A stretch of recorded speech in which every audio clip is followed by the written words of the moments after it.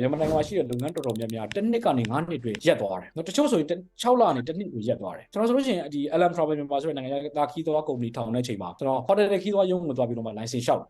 အဲ့ anti ကဘာပြောလဲဆိုတော့တားစိတ်မဆိုးရင် anti တစ်ခုပြောလို့ရမလားတဲ့ဟုတ်ကဲ့ပါ anti ပြောပါဆိုတားတဲ့ဒီကုမ္ပဏီကိုမထောင်ပါနဲ့လားတဲ့ကိုရောအန်ဟောသွားတယ်ဘာလို့လဲလို့ anti ပြောဆိုတော့တားတယ်မှာကြီးတယ်ဆို file တွေအများကြီးတော့ထုတ်ပြတယ်ဒီမှာတားတွေ့လားတဲ့ဒီကုမ္ပဏီတွေကတားလို့ပဲငွေတွေဝင်မလားဆိုပြီးတော့ထောင်လိုက်တာတဲ့အခုအကုန်လုံးပိတ်သွားပြီတားတယ်ဖုန်းတော့ခေါ်လို့မရတော့ဘူးတဲ့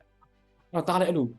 ကုန်ကြမ်းစိတ်တွေများမှာဆိုလို့ပြောတာတဲ့ဆိုတော့အဲ့မှာကျွန်တော်ဘာပြောလဲဆိုတော့ကျေးဇူးတင်ပါတယ် anti အဲ့တော့ကျွန်တော်မှာဝင်ငွေတွေရဖို့အတွက်ကျွန်တော် strategy တွေအကုန်ချထားပြီးသားနီးလန်းတွေကျွန်တော်အကုန်လုံးစဉ်းစားထားပြီးသားရပေါက်ရလန်းတွေကျွန်တော်စဉ်းစားထားပြီးသားထားပါတော့ကျွန်တော်ဆိုလို့ရှိရင်အခုမှကျွန်တော်တင်တန်းကြောင်းစလိုက်တဲ့အချိန်မှာကျွန်တော်ရဲ့ဝင်ငွေရပေါက်ရလန်းတွေကျွန်တော်အများကြီးစဉ်းစားထားတာလေ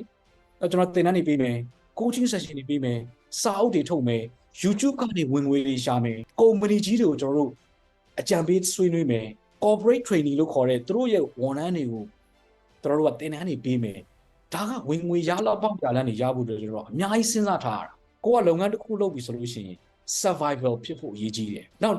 stability လို့ခေါ်တဲ့ဒီလုပ်ငန်းကတည်တည်ငြိမ်ငြိမ်နဲ့ရပ်တည်နေနိုင်ဖို့လိုတယ်ဒါကြောင့်မို့ revenue အရေးကြီးတယ်ဝင်ငွေအရေးကြီးတယ်ကျွန်တော်ခဏပြောတယ်လုပ်ငန်းတစ်ခုကိုကလုပ်တယ်ဝင်ငွေမရတဲ့ဝင်ငွေမကောင်းတဲ့လုပ်ငန်းတစ်ခုလုပ်ပြီဆိုလို့ရှိရင်တဲ့တေးကြတယ်မင်းဒီစီးပွားရေးလုပ်နေတာမဟုတ်ဘဲနဲ့မင်းကဘာလုပ်နေတာဖြစ်မလဲဆိုတော့မင်းရဲ့ဝါသနာအရာတစ်ခုကိုလုပ်နေတာဖြစ်လိမ့်မယ်တဲ့ဒါမှမဟုတ်ကျွန်တော်ပြောတယ် revenue ဒါမှမဟုတ် profit ဒီ oxygen of your business ပဲကိုစီးပွားရေးရဲ့ oxygen ဒီဝင်ငွေရပေါက်ရလာမယ်